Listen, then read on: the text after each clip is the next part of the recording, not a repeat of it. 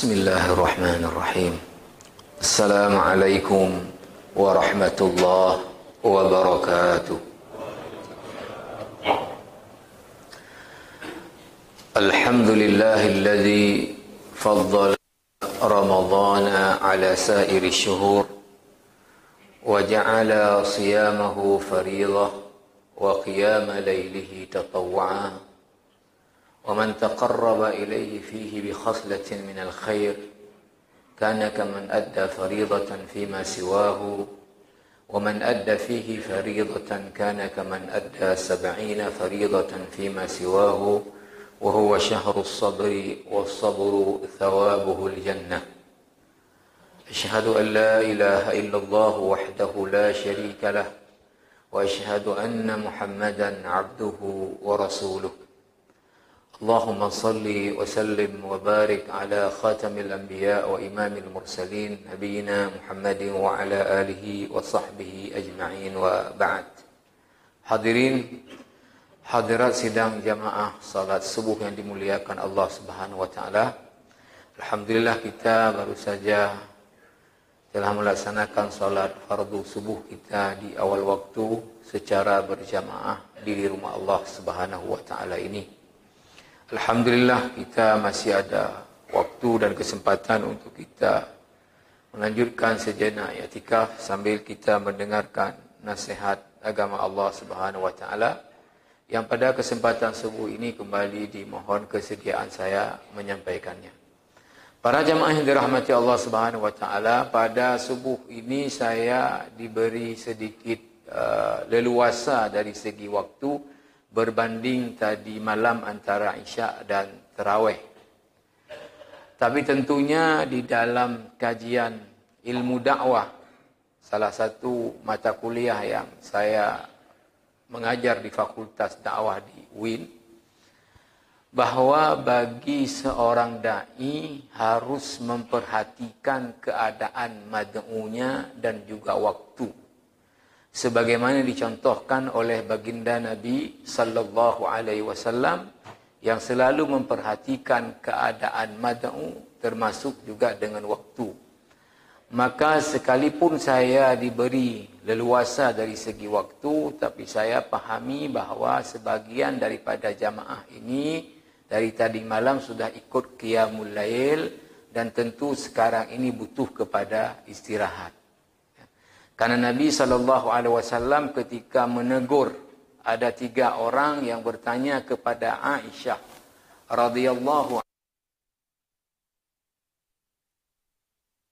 anha. Aisyah menjelaskan bagaimana ibadah Rasulullah, maka masing-masing orang kemudian membuat komitmen pada dirinya, saya tidak akan tidur setiap malam, akan solat malam sepanjang malam. Yang satu lagi mengatakan saya akan puasa terus setiap hari. Yang satu lagi mengatakan saya tidak akan kawin, saya khususkan hidup saya untuk ibadah. Rasulullah sallallahu alaihi wasallam yang mendengar ini, ya, orang ini sebetulnya tadi bisik-bisik, tapi didengar Rasulullah sallallahu alaihi wasallam langsung menegurnya. Yang pertama menegur orang yang ingin sepanjang malam tidak tidur-tidur, ya, untuk kemudian salat. Kata Rasulullah, ana aqumu wa arqudu. Saya itu malam ada bahagian yang saya gunakan untuk tidur, ada bahagiannya yang untuk ibadah, bukan semuanya untuk ibadah. Kemudian orang yang puasa setiap hari dia enggak berhenti-berhenti, Rasulullah mengatakan, ya, ana asumu wa uftir. Saya itu ada hari yang saya puasa, ada hari yang saya tidak puasa.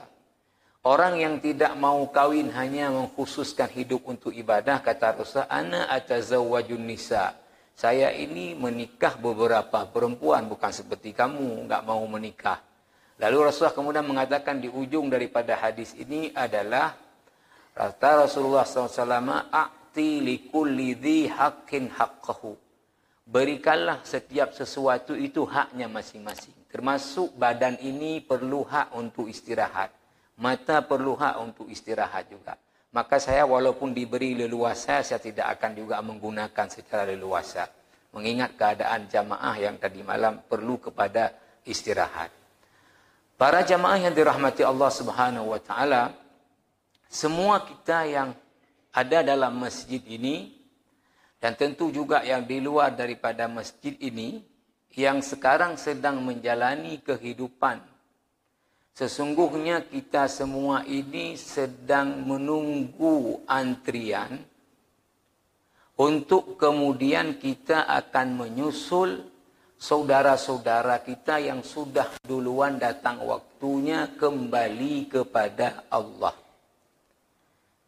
Atau dalam istilah yang sering disebut orang, bahawa semua kita ini adalah camat, calon mati. Dan sesungguhnya tadi kita semua ini sedang menunggu apa yang disebut dengan istilah ajal. Sedang menunggu ajal kita yang apabila nanti sampai, maka itu tidak akan dimajukan, tidak akan dimundurkan. فَإِذَا جَاءَ أَجَلُهُمْ لَا يَسْتَأْخِرُونَ سَاعَةً وَلَا يَسْتَقْدِمُونَ. Kalau sudah datang ajalnya, tidak dimajukan, tidak dimundurkan. Sesungguhnya semua kita ini sudah ada ketentuannya. Kapan kita akan kembali kepada Allah? Hanya saja ilmunya yang tidak ada sama kita. Nah, kita sedang menunggu ini. Dan apabila dia datang, maka kemudian kita akan menyusul orang-orang yang sudah datang. Waktunya ini kembali kepada Allah Subhanahu wa ta'ala. Para jamaah yang dirahmati Allah Subhanahu wa ta'ala, ya mungkin ada yang mengatakan, Ustaz, jangan nakut-nakuti. Ya. Saya tidak menakut-nakuti. Walaupun dalam frame dakwah itu selalu bingkainya dia adalah targhib atau tarhib. Memotivasi orang untuk melakukan kebaikan dengan menyampaikan pahala-pahala, atau menakutkan orang untuk tidak melakukan keburukan-keburukan dengan menyebutkan siksaan-siksaan yang akan dia terima. Ini namanya tarhib. Atau istilah lain tabsyir dan tanzir. Jadi memang dakwah ini selain memang memotivasi, menakuti. Tetapi saya tidak sedang menakut-nakuti. Karena ini memang adalah perkara yang hak. Perkara yang pasti semua kita ini sedang menunggu itu. Dan kalau dia datang, maka tidak akan dimajukan, tidak akan diakhirkan. Sejarah mencatat para jamaah rahimakumullah. Ya, dan kenyataan yang selalu kita saksikan, tidak ada orang yang karena dia punya banyak uang, ya, sehingga mungkin tidak bisa dihitung nominalnya, lalu kemudian dia bisa membeli umur dengan uang yang dia miliki, sehingga bisa hidup ratusan tahun. Tidak ada.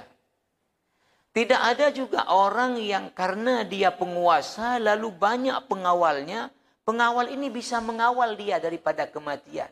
Tidak ada.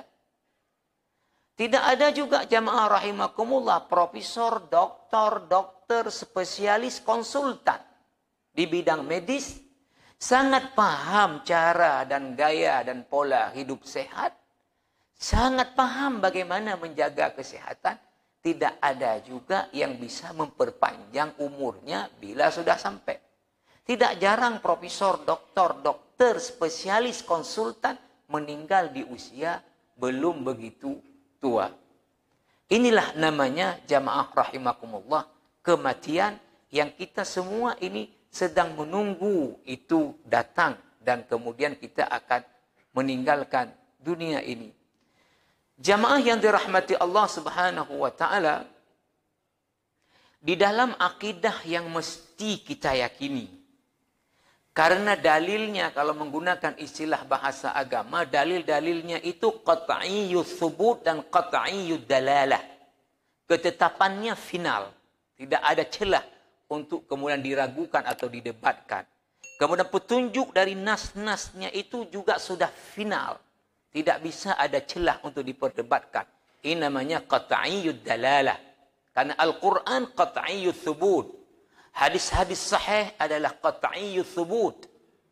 Nah, begitu juga kepada petunjuknya bahwa di dalam akidah yang mesti kita yakini sebagai orang yang beriman, bahwa kematian adalah bukan akhir dari kehidupan. Bukan akhir dari kehidupan. Di mana kadang-kadang ini menjadi pemahaman sebahagian orang. Sehingga ketika dia hidup di dunia merasa sempit, merasa susah, lalu dia akhiri kesempitan dan kesusahan itu dengan mematikan diri. Artinya bunuh diri. Karena menganggap dengan bunuh diri itu akhir sudah semua kesulitannya, selesai semua persoalannya. Dalam keyakinan yang mesti kita yakini, kematian bukan akhir dari kehidupan, tapi malah sebaliknya awal dari kehidupan sesungguhnya, itulah diawali dengan kematian. Bahkan jamaah rahimakumullah, hidup yang sedang kita jalani di dunia ini adalah hidup yang amat sesaat dan amat sementara. Lalu kehidupan selanjutnya sejak kita awali dengan kematian dan seterusnya, itulah kehidupan yang selamanya dan sesungguhnya. Di banyak ayat misalnya saja di surat Al-Ankabut ayat 64 Allah menyebutkan وَمَا هَذِهِ الْحَيَاةُ الدُّنْيَا إِلَّا لَهْوٌ وَلَعِبٌ. Kehidupan di dunia ini adalah kehidupan yang dia seperti permainan yang melalaikan. Artinya permainan apa? Ya mohon maaf kalau kita ambil konteks misalnya orang main bola, lari sana, lari ke sini, lari sana, lari ke sini, sudah kemudian perit, habis waktunya. Sedang asik lari ke sana, lari ke sini, sudah habis waktunya.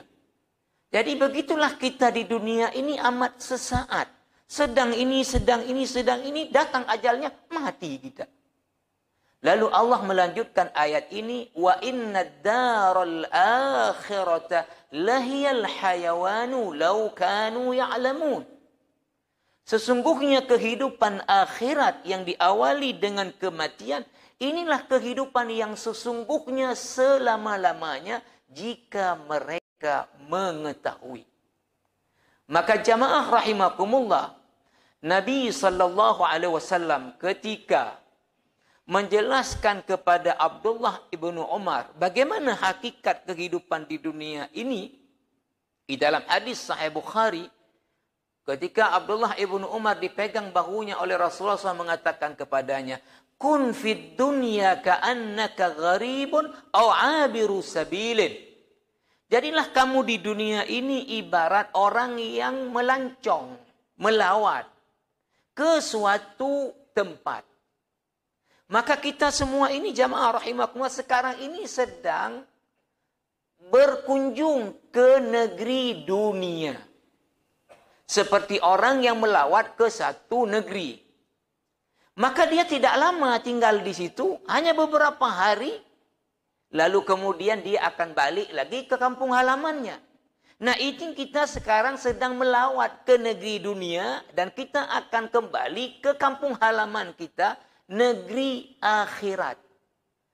Maka kata Rasulullah kepada Ibnu Umar, jadilah kamu hidup di dunia seperti orang yang berwisata. Hanya sesaat saja di situ. Dan akan kembali lagi ke negeri asalnya. Negeri asal kita itu adalah kampung akhirat. Ini jamaah rahimakumullah. Maka para ulama yang diangkat oleh Al-Imam Ibnu Qayyim rahimahullahu ta'ala dalam kitab yang dikutip kembali oleh Syekh Saleh Al-Munajjid, kitabnya Mufsidatul Qulub, hal-hal yang merusak hati seorang mukmin diantaranya adalah perkara hubbud dunia, mencintai dunia ini.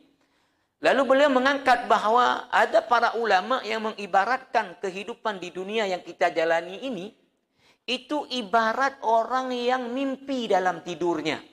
Dan ini betul seperti ini. Bagaimana mimpi orang yang dalam keadaan tidur? Pilihannya dua. Pertama adalah mimpi enak. Yang kedua adalah mimpi buruk. Orang yang dalam keadaan tidurnya, jamaah yang mulia, lalu dia mimpi enak. Maka sedang tidur dia menikmati betul apa yang dia lihat di dalam mimpinya. Sedang dia nikmati apa yang dia lihat dalam mimpinya dengan penuh kesenangan. Terkejut dia. Dari tidurnya. Waktu terkejut baru sadar. Okal nago mulumpo. Tadi dia sudah senang sekali. Nikmat sekali. Waktu terkejut. Okal mulumpo lago. Atau sebaliknya, orang dalam tidurnya dia mimpi buruk. Mohon maaf kalau kita ambil contoh, dikejar sama orang gila, dan dia hampir saja ditepas dengan pedang. Hampir kena dia. Sehingga ketika di tengah ketakutan besar dia hampir kena tadi, terkejut dia. Oh kalago, mulumpo. God, mulumpo. Begitulah kehidupan di dunia ini. Orang kalaulah hidup, mohon maaf, senang, tup mati. Ada orang hidupnya susah. Dia sakit, anaknya sakit, istrinya sakit, tidak punya duit, mau makan apa tidak ada, susah, mati. Hanya sesaat saja.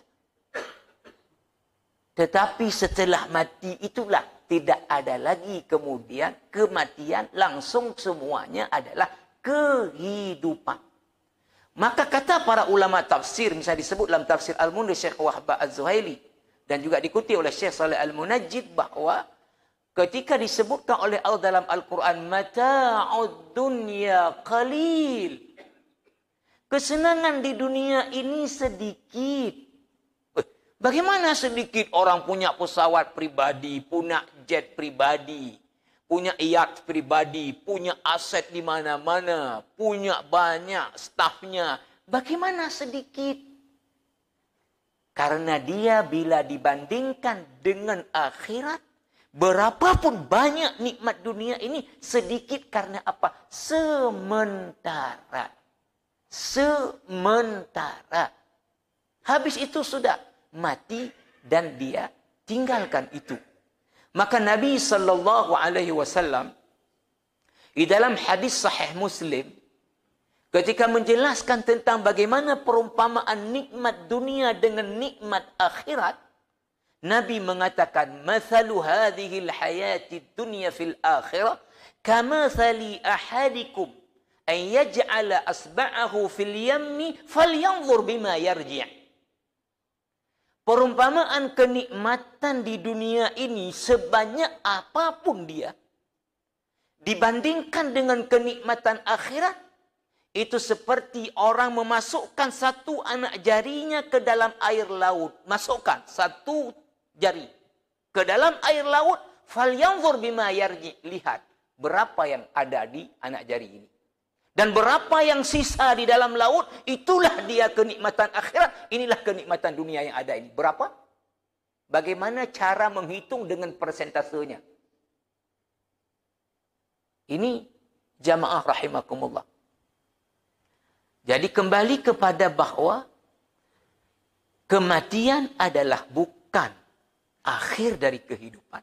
Justru awal daripada kehidupan yang sesungguhnya dan selama-lamanya. Bal tu'thirunal hayatad dunya wal akhiratu khairun wa abqa. Kalian memang memprioritaskan kehidupan dunia, tapi sesungguhnya kehidupan akhiratlah kehidupan yang lebih baik, dan itulah yang kekal selama-lamanya. Jamaah yang mulia, yang mesti kita yakini juga dalam akidah kita, bahwa untuk apa Allah mematikan kita, kemudian menghidupkan kita dalam kehidupan yang sesungguhnya dan selama-lamanya, adalah untuk Allah beritahu apa-apa yang kita sudah kerjakan selama kita di dunia ini. Dalam makna diberitahu, setelah diberitahu akan diberi kemudian balasannya.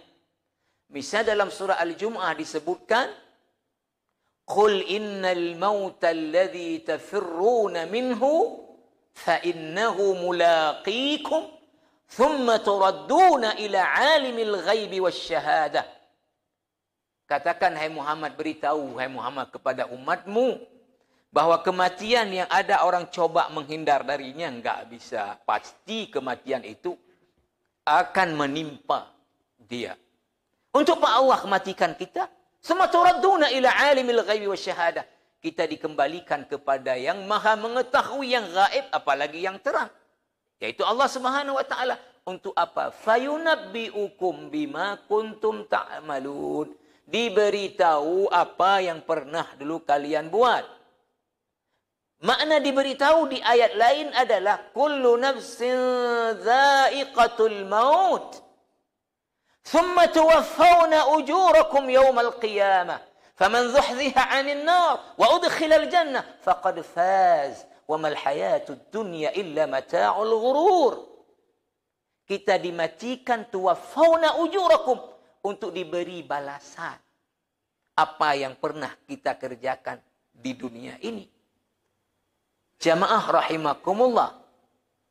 Ini tujuan kita dimatikan oleh Allah SWT. Kau dihidupkan kembali untuk diberi balasan. Maka para ulama mengatakan dunia adalah darul amal. Tempat kita beramal. Sementara akhirat adalah hanya darul jaza. Tempat menerima balasan saja. Tidak ada lagi tempat untuk beramal. Maka mohon maaf jamaah yang mulia. Kalau kita beramal di dunia ini pelontang-pelanting. Lalu kita tidak melihat ada balasannya. Memang ini bukan tempat balasan. Ini tempat beramal. Tempat balasannya adalah nanti di akhirat. Maka Rasulullah SAW mengatakan dalam konteks doa misalnya di hadis yang sahih. Doa seorang mukmin itu 3 opsinya.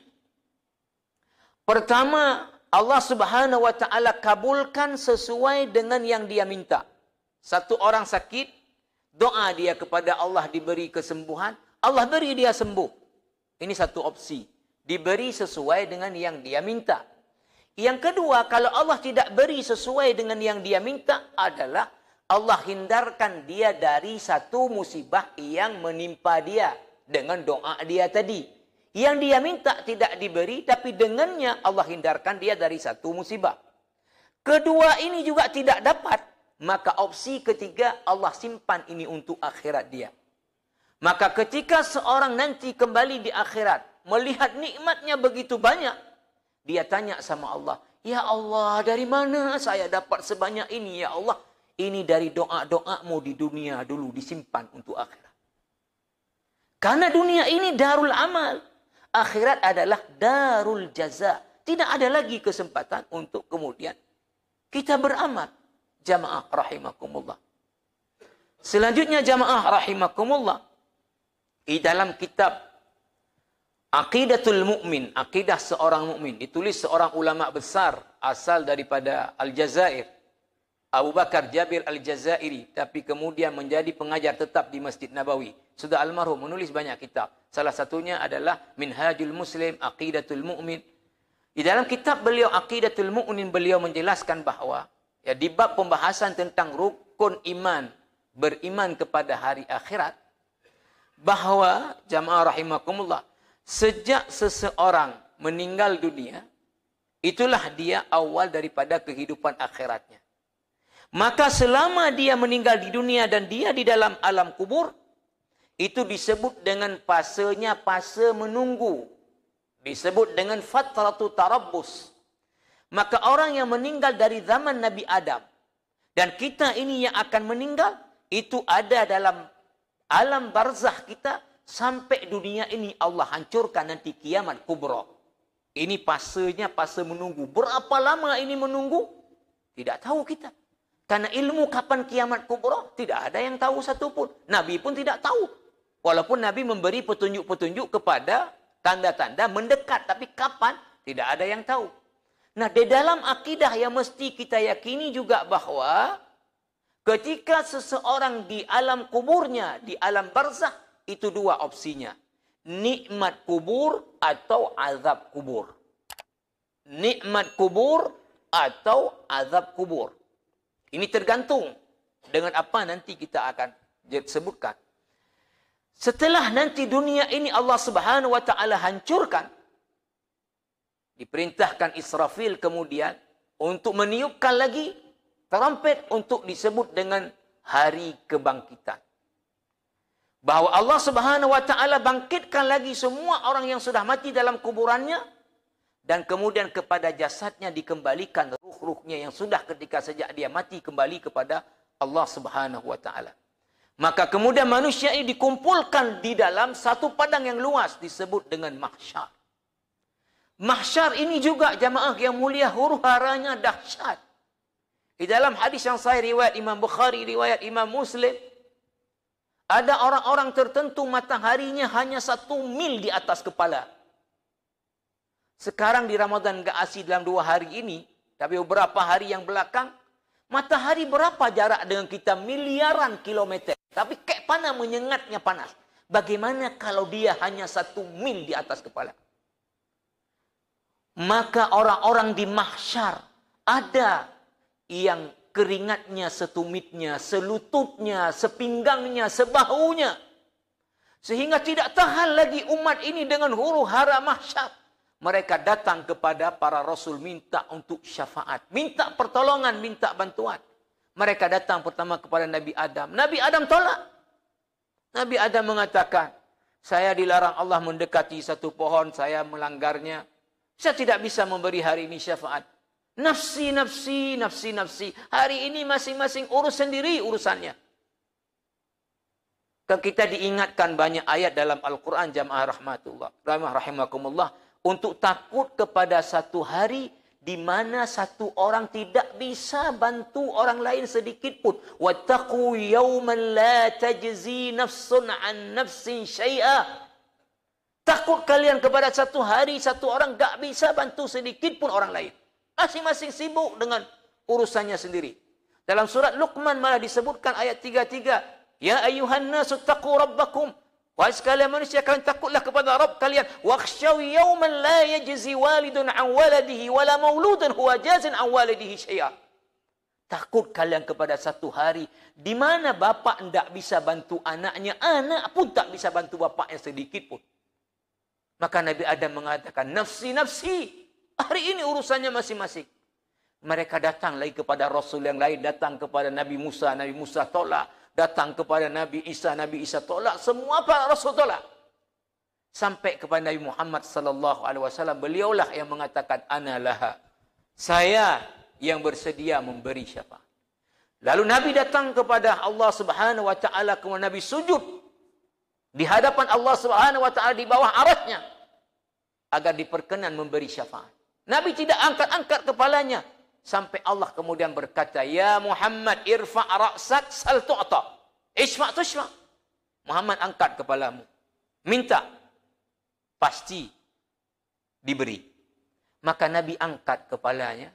Lalu kalimat pertama keluar dari Nabi adalah Rabbi ummati. Wahai Tuhanku, umatku. Maka apa kata Allah kemudian kepada Nabi Muhammad? Ya Muhammad, adkhil al-jannah, adkhil ummataka al-jannata man la hisaba alaihi min al-babil ayman min abwabil jannah. Hai Muhammad, masukkan umatmu yang tidak perlu proses hisab ke dalam surga dari pintu sebelah kanan dari pintu surga. Itulah syafaat Nabi kepada umat ini. Masukkan umatmu yang tidak perlu proses hisab melalui pintu sebelah kanan dari pintu surga. Maka dimasukkanlah ini orang. Tentu jamaah yang mulia, harapan kita masuk ke kelompok ini. Karena kalau tidak masuk kelompok ini, melanjutkan tahapan berikutnya, ini prosesnya berat. Prosesnya berat. Maka dimasukkanlah oleh Nabi orang-orang yang tidak perlu hisab langsung ke dalam surga. Setelah ini selesai, baru kemudian manusia ini dibagi rapor amalnya. Dibagi rapor amalnya. Wa kulla insanin alzamnahu ta'irahu fi 'unuqi wa nukhriju lahu kitaban yaumal qiyamati yalqahu mansyura ikra kitabak. Dibagi rapor amal. Maka manusia ini mulai membaca rapor amalnya. Faman ya'mal mithqala dzarratin khairan yarah wa man ya'mal mithqala dzarratin syarran yarah. Semua rupanya tertulis dengan rapi. Allah mengatakan juga, wa wudhi'al kitabu fataral mujrimina musyfiqina mimma fi. Ketika rapor amal dibagi, kamu hai Muhammad melihat orang-orang yang jahat di dunia ini musyfiqin, ketakutan. Mimma fihi, dengan isi yang ada dalam rapor amal. Lalu mereka berkata, ya laitana ma li hadzal kitabi, ya wailana ma li hadzal kitab, la yughadiru saghiratan wala kabiratan illa ahsaha. Celaka. Buku rapor ini memang tidak menyisakan. Semuanya tertulis dengan rapi. Semuanya. Maka ketika itu ada coba dari manusia ini, ya semacam menyanggah Allah. Ya. Seperti kita hari ini kalau kita bawa ke konteks, dipanggil polisi, dibuat BAP, setelah itu disuruh baca ulang. Coba baca ulang. Kalau sudah setuju, tanda tangan. Setelah kita baca, ada yang kita nggak, saya nggak mau tanda tangan, ini saya nggak ada buat, kenapa ditulis? Ada manusia di akhirat nanti, ketika dia baca rapor amal, hari ini saya memfiktifkan ini, hari ini saya ambil punya si ini. Dia tulis rapi semuanya. Dia kemudian menyanggah. Ya Allah, kenapa ini ditulis? Saya kan tidak ada buat. Allah mengatakan, al-yawma nakhtimu ala afwahihim. Wa tukallimuna aydihim. Wa tashhadu arjuluhum. Bima kanu yaksibun. Pada hari itu mulut dikunci. Baru organ tubuh ini kemudian bicara. Tangan mengatakan ada, saya fiktif. Mata katakan saya ada, tengok. Tidak ada orang yang bisa untuk menyanggah. Karena organ tubuh kita hari itu naik saksi. Dan ini prosesnya lama, jamaah rahimakumullah. Lama. Makanya orang masuk syurga, kata Syekh Abu Bakar Jabir Al-Jazairi dalam kitabnya Aqidatul Mu'min, itu adalah bertahap-tahap. Satu contoh saja diambil adalah dalam hadis yang sahih. Bahwa orang Muslim dari umat Muhammad ini duluan masuk syurga berbanding dengan orang kayanya. Tapi tentu Muslim yang miskin yang kayak mana? Tentu kaya yang kayak mana? Itu 500 tahun duluan orang miskin masuk syurga.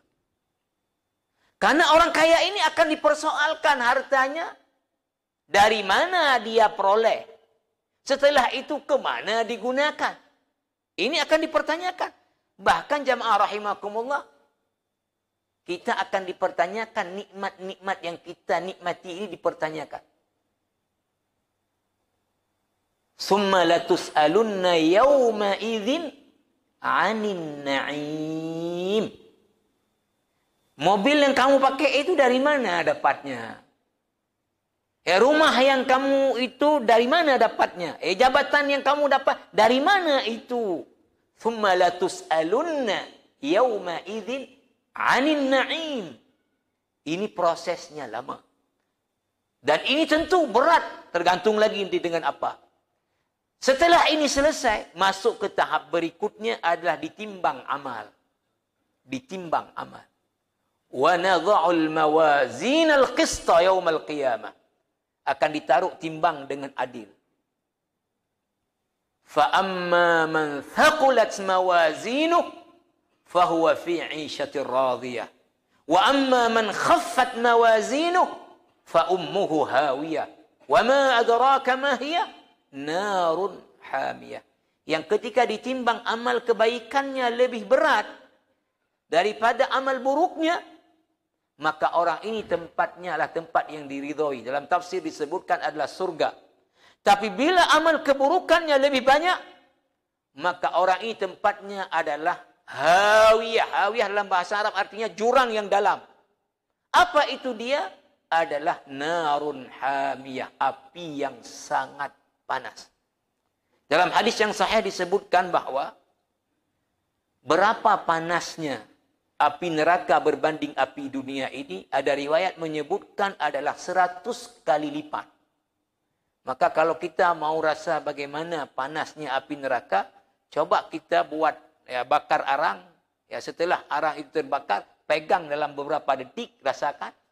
Itu masih 1 kali dilipat lagi nanti. Dengan 100 kali dari itu. Jamaah rahimakumullah. Setelah proses mizan ini selesai, baru kemudian Allah bentangkan di atas neraka Jahannam sirat. Bagaimana cara orang-orang melewati sirat ini? Tergantung kepada amalnya. Ada yang secepat kilat, ada yang di bawah itu. Ada yang dengan sangat sulit dia jalan di atas sirat. Lalu kemudian jatuh ke dalam neraka jahanam. Wal'iyazubillah. Setelah itu dia bisa lewati, baru kemudian dia akan dibersihkan oleh Allah, kemudian dimasukkan ke dalam surga. Jamaah yang dirahmati Allah Subhanahu wa taala, dari apa yang kita sebutkan tadi, maka apa yang paling dibutuhkan setiap mukmin, kita enggak bicara non-muslim. Karena non-muslim, kayak manapun baik dia di dunia ini, dia tidak punya nasib akhirat. Kalau ada seorang muslim, setiap ada musibah di mana negara ada bencana, dia bantu triliunan, enggak ada nasib akhirat dia. Jadi yang kita bicara inilah aqidatul mukmin, orang mukmin.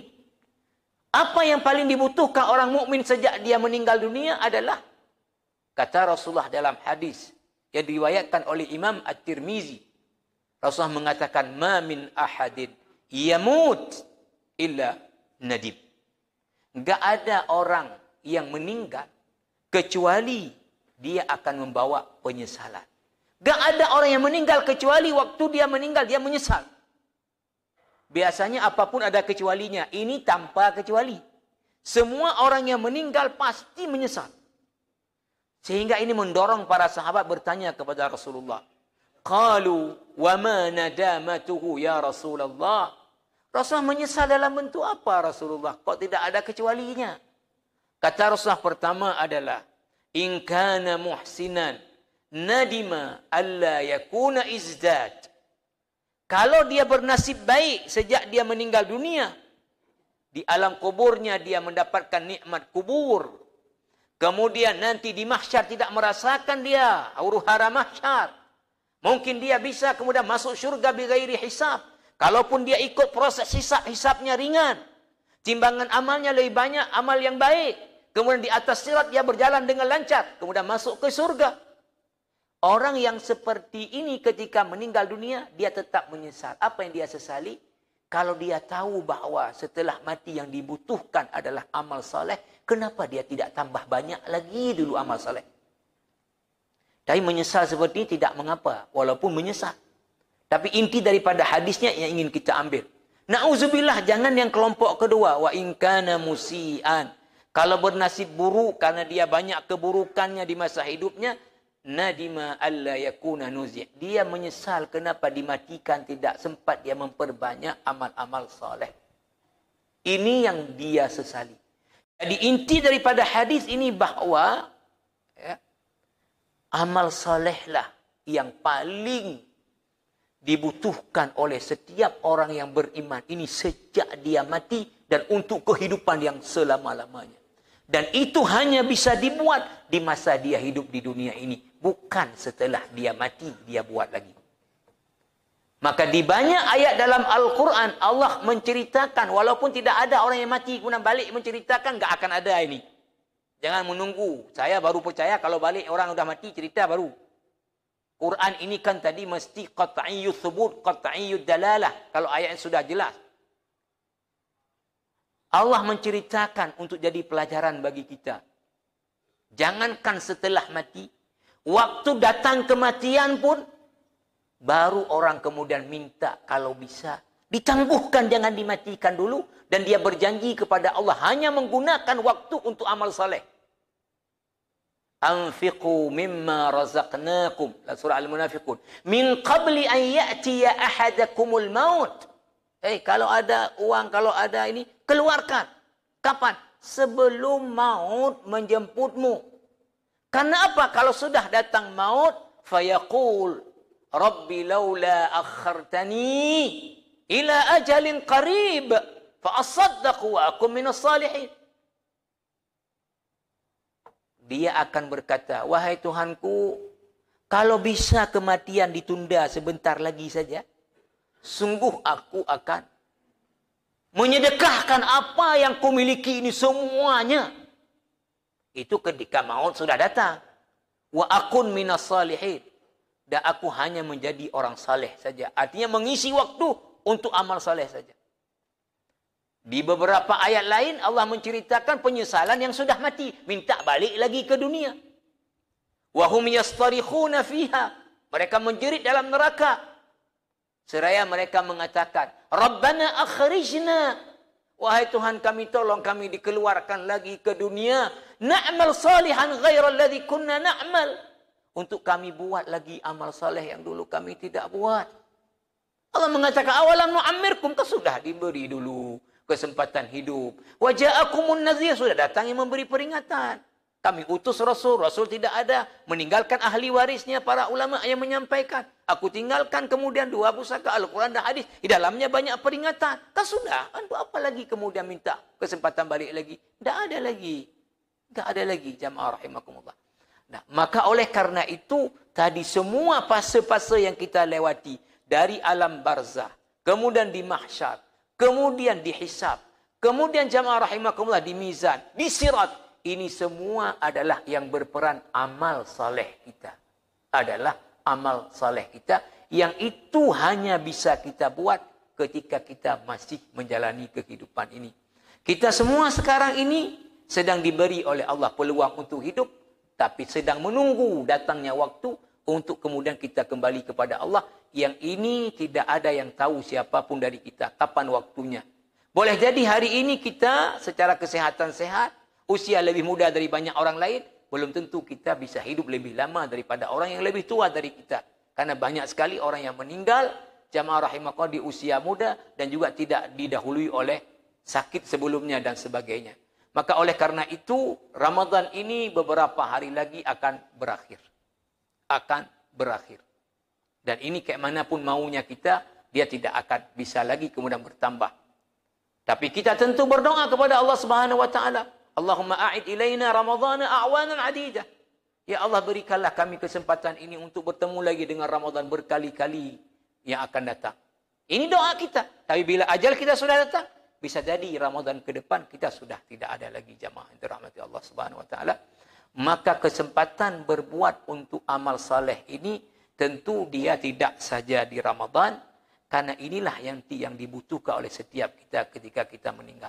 Maka bagaimana kita kemudian konsisten, Ramadan tidak di Ramadan, tetap waktu-waktu yang ada kita pergunakan untuk menginvestasi untuk kehidupan kita yang selama-lamanya. Jangan sekali-kali tertipu daya dengan kehidupan yang sementara dan amat sesaat ini, yang banyak sekali orang kemudian tertipu daya dengannya. Dan Allah mengingatkan kita di beberapa ayat, jangan sampai tertipu daya dengan kehidupan yang sementara dan sesaat ini. Maka Ibnu Qayyim rahimahullah ta'ala mengatakan bahwa orang yang memprioritaskan kehidupan yang sementara daripada kehidupan yang selama-lamanya, ini kebodohan nyata. Ini adalah humqud, ini goblok. Kalau bahasa kasarnya kita blow on ini. Memprioritaskan kehidupan sesaat sementara daripada kehidupan yang selamanya dan sesungguhnya. Itu semua ketentuan nasib kita adalah kita tentukan selama kita menjalani kehidupan di dunia ini. Itu tidak bisa lagi kita buat kalau kita sudah meninggal dunia. Maka Abdullah ibnu Umar kembali kepada ketika mendengar nasihat Rasulullah, jadilah kamu di dunia seperti orang yang melancong. Ya, maka Abdullah ibnu Umar mengatakan setelah itu, idza asbahta fala tantadhiril masa wa idza amsayta fala tantadhiris sabah. Untuk buat amal saleh, kamu ada di subuh, jangan nunggu nanti sore saya buat, jangan. Kamu ada di sore hari, jangan nunggu besok saya buat, jangan. Pergunakan setiap celah dari waktu yang Allah beri ini untuk amal saleh kita, karena inilah yang kita butuhkan setelah kita nanti kembali kepada Allah Subhanahu wa taala. Mudah-mudahan ada manfaatnya. Aqulu qauli hadza wa astaghfirullahal azim li wa lakum wa lisairil muslimina wal muslimin kulli dhanbin fastaghfiruhu innahu wal ghafurur rahim. Wassalamualaikum warahmatullahi wabarakatuh.